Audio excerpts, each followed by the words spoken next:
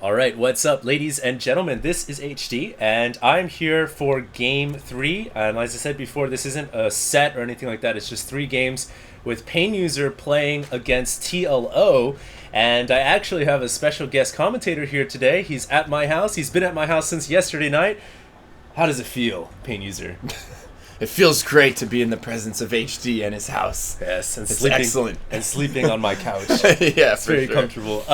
Yeah, man, we're going to go ahead and cast... we decided to go ahead and get together and cast this third game that you played against TLO in the beta of Heart of the Swarm. And we'll just take a few seconds to really talk about the games that you played previously. Yep. What are your thoughts on Heart of the Swarm and Terran Mech in general? I mean, so far I've been enjoying Heart of the Swarm a lot. I think... Mech is a lot more powerful. I've really been enjoying the Battle Hellions. I think they're a very nice addition to Terran Mech. I still really haven't found a use for the Widowmines or the Warhound against Zerg. Well, I noticed you were talking about TLO a little bit about this, and I was sitting behind you when you were playing. I was laying in my bed, and I was like, dude, you should make some Widowmines, man. I was all about the Widowmines for the longest time. And I was like, no, I'm not making any Widowmines. But do you think it would be good against Ultras, though? Like Burrow Maybe, Ultras? yeah. I think maybe it would be good against Ultralisks, or if a Zerg player made a bunch of Broodlords and they were unprotected. Because they hit air. Yeah, and you managed to swing in and maybe burrow a ton of Widowmines right under a bunch of Broodlords because they move so slow. You might be able to take out a bunch of them that way, but... There's like a 4-second burrow time on the Widowmines. That's the reason why they're kind of clunky to use. The thing that worries me the most is, like, if you were to try and set up a Widowmine field, like, to protect your natural or to protect your third or something like that, I feel like it would be really easy for a Zerg player to send in, like, maybe a small group of roaches or a small group of Zerglings and just eat up all the Widowmines and then come in with their entire force. So it's like, maybe if the Hellions dropped the Widowmines, it'd be like vultures, Spider-Mines and vultures. That would be awesome, but they don't. So I think it's something that players will figure out eventually over time, but right now it's just like, I haven't really figured it out yet. I kind of talked about that in the last cast I did by myself, and I was saying maybe the Widowmines are a little expensive as they are right now because they cost 2 supply per, which it seems a little pricey to me. But you know what TLO said here? I don't know if you remember the conversation, but you asked him how he would deal with the Swarm host that you fought off last game. Yeah. By the way, valiant fight against the Swarm host, man. Dude. For the Terran. We almost pulled it off. He said to do nukes. Yeah. I think nukes would be a possibility to hold them off, but that's kind of a situation where, like, you need to know that he's going Swarm Host ahead of time, and you have to get your Ghost Academy, you have to get Cloak, you have to get a nuke, and, like, all those things, as well as getting out a Ghost, especially while you're going Mech, seems like a lot of gas investment down 2 different tech trees, and and the only way the nukes would really pay off is if a situation like what arose in that game with TLO happened again, but... Even still, I almost thought I was going to come back and win that game. I know, man. Regardless, I just casted it like 10 minutes ago. Yeah. And you made like a great counter push, but you lost, I think, like 5 siege tanks to Brootlings coming out of like buildings and stuff. Mm-hmm. And I think if you had saved those, you might have had a shot. You had a good amount of bank at the end of the last game too. But those 2 games you played against TLO, amazing games. Love your use of the Battle Hellions too. Thanks, man. I wish I was in practice. I think they would have been a lot better. These are like some of my first games, and I think the last time I played seriously had to have been 2011. So it's been a while, but it's not like you forget how to ride a bike. I mean, you still got it. It's just the small nuances and your macro and your APM just slip down the tubes. Still holding your own against TLO though, which is pretty good, man. Yeah, he's good, man. He's been playing, I think, full time for Team Liquid for quite a while now, and he seems to be taking Heart of the Swarm pretty seriously because I've been seeing him stream like every night, and he's had quite a few viewers. I think he was streaming while we were playing this game. He had like 2,000 something. Yeah, he was. Yeah, you guys were talking about it. He was like, "Are you streaming TLO?" He's like, "Yes, I am." So pretty cool, man. Anyways, let's go ahead and get into this game. It looks like TLO is throwing down Evo. He's killing off his own creep tumor here. That's weird. Yeah, that is kind of weird. Maybe he doesn't like those ones. Yeah. I wonder what the reasoning behind that is. Yeah, I think maybe he wants to wall this off with something. Just in case he needs to wall it off at some point. That's actually really smart. Maybe in case like Hellions run by or something like that. And the creep in that situation stays. It doesn't recede at any point, as long as you just have 1 creep tumor or 2 on the high ground. It seems like there's a big distance. Might have like a recede like right here.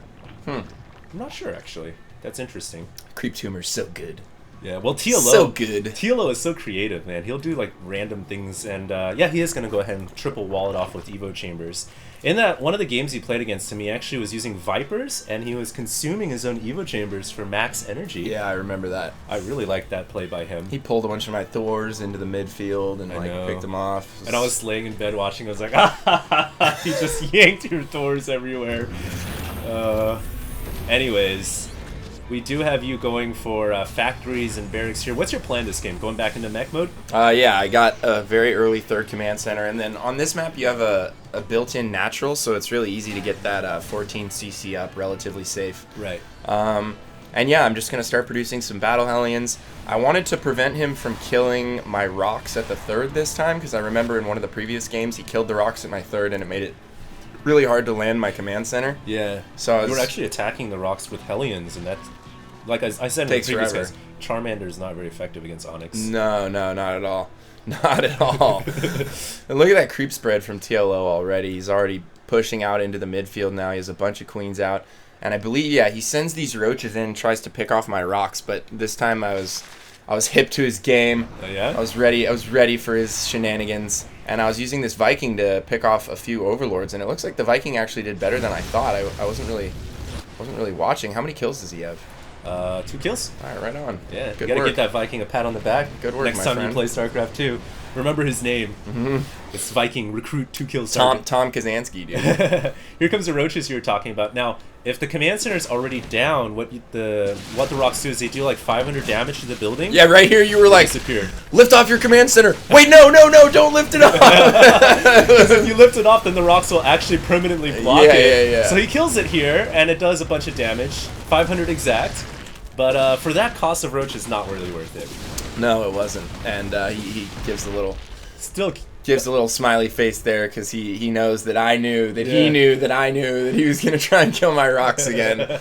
So this time I get my third up much quicker. Yeah. I start meching pretty hard here. I'm definitely supply blocking all over the place. My macro is absolutely atrocious. But oh yeah, he does go with an early Nidus this time around, and I saw early on he had an Overseer in my base. I think it's in there right now. Yeah. So he started flying around with this Overseer really early on, and God, those Overseers are fast.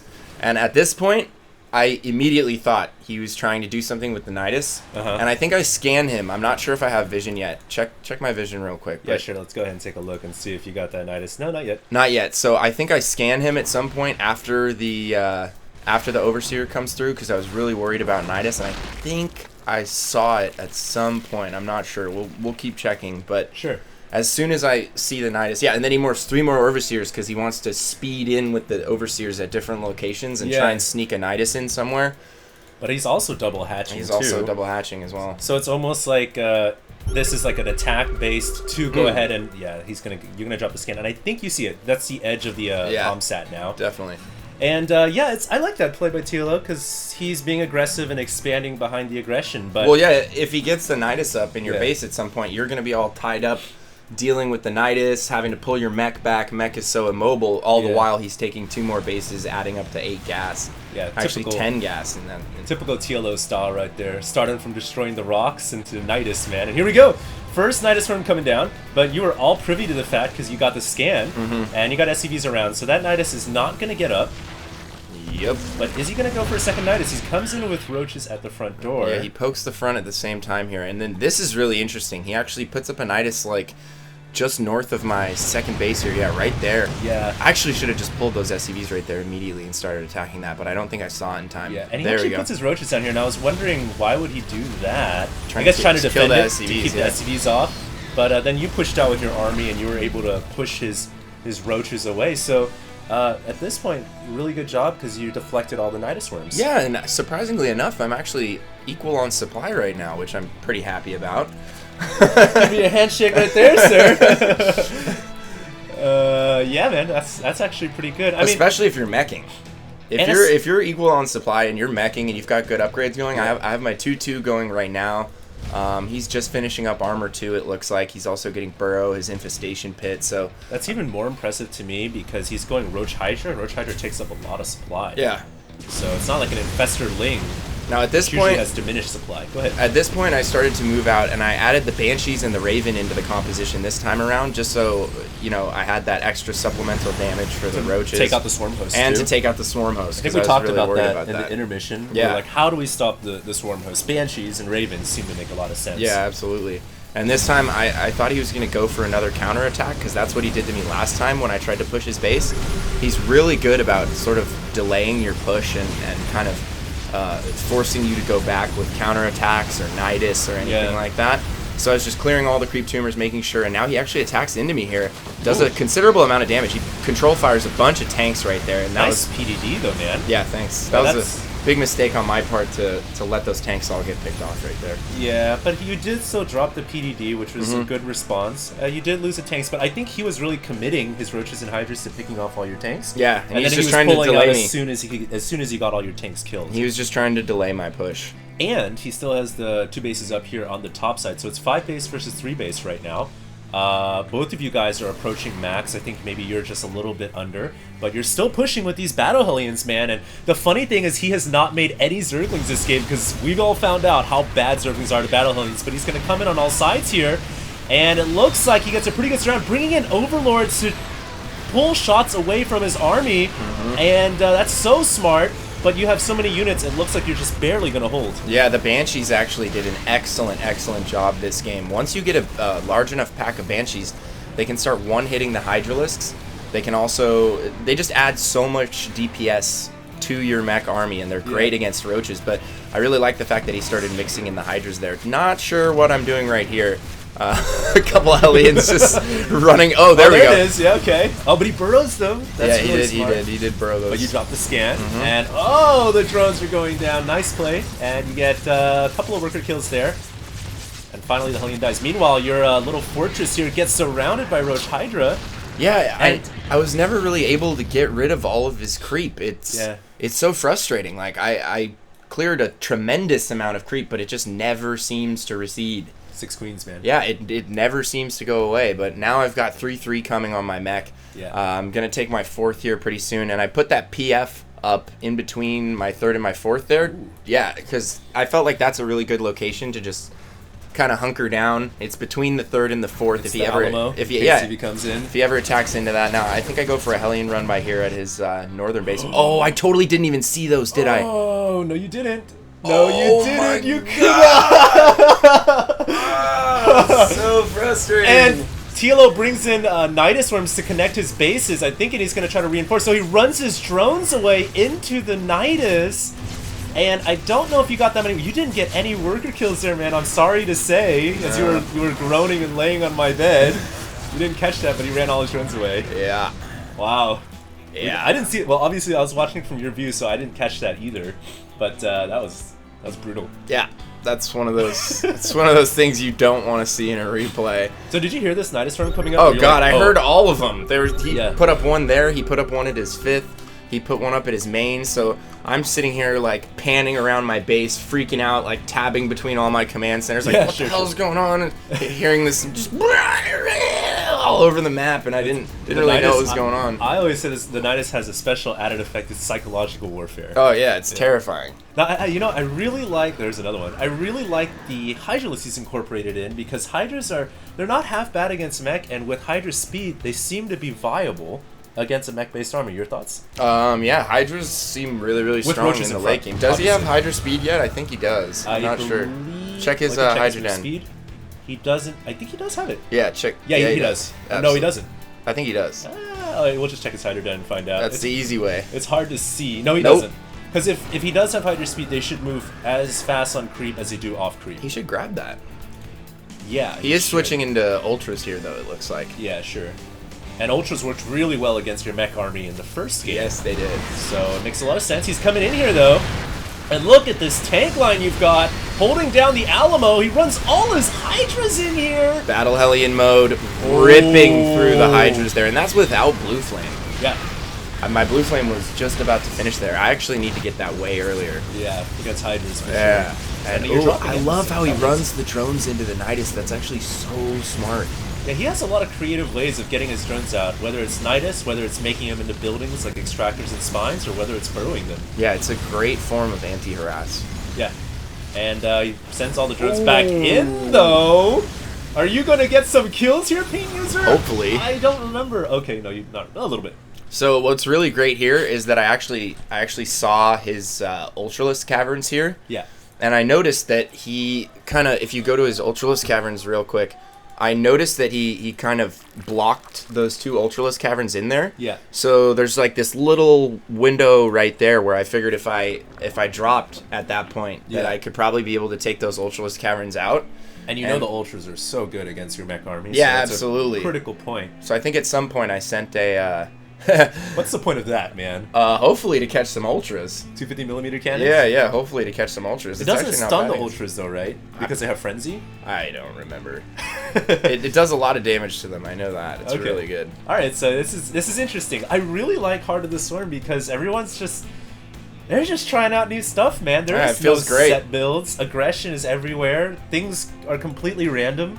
And it's fun, you know? It reminds me of the beta. Yeah. Back in the day. Absolutely. And that's when I enjoyed StarCraft the most, personally, because everybody could make their own builds. There weren't these cookie-cutter Korean-style builds that were just based on, you know, maximum efficiency, maximum macro. Yeah. Good decision-making, don't get me wrong. They're excellent players, but a lot of the creativity aspect.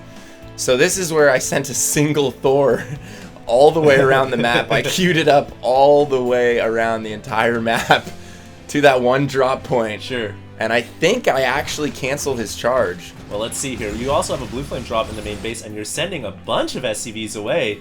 This is SCV genocide. You just throwing it away for more supply there? Yeah, I'm just clearing up supply and adding orbitals so I can make my mech army. Look, he doesn't even want to kill them, though. He's like, I'll leave those SCVs there. Anyways, your blue flame Hellions, get shut down by the roaches. And let's watch the Thor here. You can't drop the cannons because it needs more energy. But you're going for the Ultralisk Cavern before it can finish burrow charge, which is pretty big. Yeah, that Ultralisk Cavern was still wobbling and shaking, so I figured something was going on in there. nice focus firing there, my friend. Decided to take that one out, and I got the other one too, and I think I still get him out of there. So I halted all of his Ultralisk production. And does he have any Ultras on the field just yet? It doesn't look like he has 3. Okay, so yeah, he only got 3 out, and I managed to shut down his Ultralist production, which I think was huge. Look at these SCVs, man. They for ire! Yeah. Even though they were sent out on a death sentence, they still fight for you, their general. Absolutely. Those are some pretty loyal SCVs, man.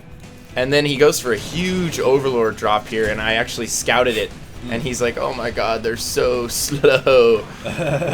And the drop gets sniffed out. So at this point, I send just about half of my army back to my main to defend the drop, and then I send the other half on a direct push to his 5th and 6th. Yes. Because I figured I'd had enough units to hold off the drop and enough units to push at the same time and still be able to come out ahead here. And the nice thing about Terran is you have this labyrinth of buildings, which does make it hard for Zerg to efficiently drop. Everything's kind of clumped up here, and you're bringing your Thors back and your tanks. And a Nidus Worm is coming, but it gets immediately destroyed. And meanwhile, your push across the middle takes out some worms, and like you said, it's going for the 5th and the 6th. So this is pretty big plays here, PainUser. And I think you'll be able to clean this up. I think you cleaned this up, right? Yeah, I do clean this up eventually. I actually didn't even need to send that many units back to my main. I think I have way too many units. Better safe than sorry. Yeah, better safe than sorry, but that being said, I think I could have just pushed at that point with my whole army and just absolutely ransacked him. But the funny thing is he has bases all over the map. He does. You killed him with that single Thor ship that Yep. you had going around the map. Yep. That is a heroic Thor, man. How many kills does that guy have? 16. 16, 2 of which are Ultralisk Caverns and 2 hatcheries. Oh, look at this Overlord with an Ultralisk inside. That's precious cargo. Oh no! He unloaded it. It's terrible. Wow. So at this point, I was feeling real good. Sacrificing some more SCVs to free up supply and just continuing to add mech.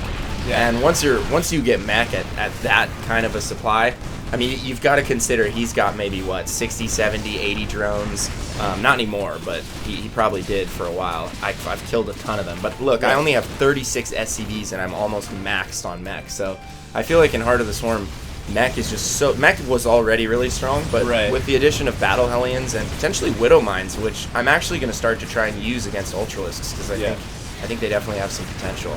You know, the sad thing here is that that Ultralisk Cavern killing that you did was so good because he never got Burrow Charge. Yeah, he was never able to get Burrow Charge, and I killed the Ultralisk Cavern here that was getting Burrow Charge again. So yeah, and without Burrow Charge, guess what? We're back to Wings of Liberty Ultralisks, which aren't as good. And he only has one attack upgrade because he was focused really heavy on. Oh, he just finished 2. Yeah. But he was focused really heavily on Hydras and Roaches early on, so he was getting the missile attacks and Carapace. So his switch to Ultras, they're not 3/3 yet.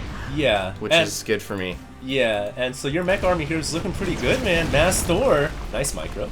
Yeah, the Thors don't do half bad against Ultras, especially when they don't have Burrow Charge. Once they get Burrow Charge, things get a little hairy, though. Yeah, because it's just like the Ultras are right up in your face. I think that Thors should be big enough that Burrow Charge shouldn't knock them up in the air and like send them flying and stun them. It does stun them for a second, right? So that they can't use abilities or attack. Yeah, I don't think it should work on Thors. Thors are too big. Gravity is physics here. Gotta add that in. Anyway, so you're coming in with a lot of Thors, and we are going to attack up this ramp. Yes, indeed. Doesn't look like he has any forces anywhere on the map. He's attacking your front door, but you've got a little Sim City going on here, holding down the line. But the Alamo is breached. Yeah, it is. The Alamo is breached. Can you hold the line? These Thors do a great job at the choke point here on the ramp, and that single Banshee, I think, cleans up the rest of those. He does take out some buildings and does a lot of damage, but his entire main base is going down here. He's going to lose the hive, spawning pool. Yeah. Virtually all forms of production for him are getting shut down here. So this is a little payback for that last game with the mass swarm host. Yeah, absolutely. Absolutely. And it felt good to get a legitimate win against him because, you know, I knew he was trying this game. We were both playing really hard. Yeah. It was close. And I finally managed to get a legitimate win against one of my arch nemesises. For sure. From back in the day. And there it is. GG. All right, guys. Well, thank you so much for casting with me, Taylor. Of course, man. If you guys want to check out PainUser, he's on Twitter at PainUser. I am indeed. He also has a YouTube channel at StratBunker. And you guys should definitely go check him out. And since HD never uses his Twitter, go to Twitter at HD Starcraft and send him some subscribers because he has a huge following on YouTube, and I know you guys could help support him on his Twitter as well. So please do that. Thanks, guys. See ya.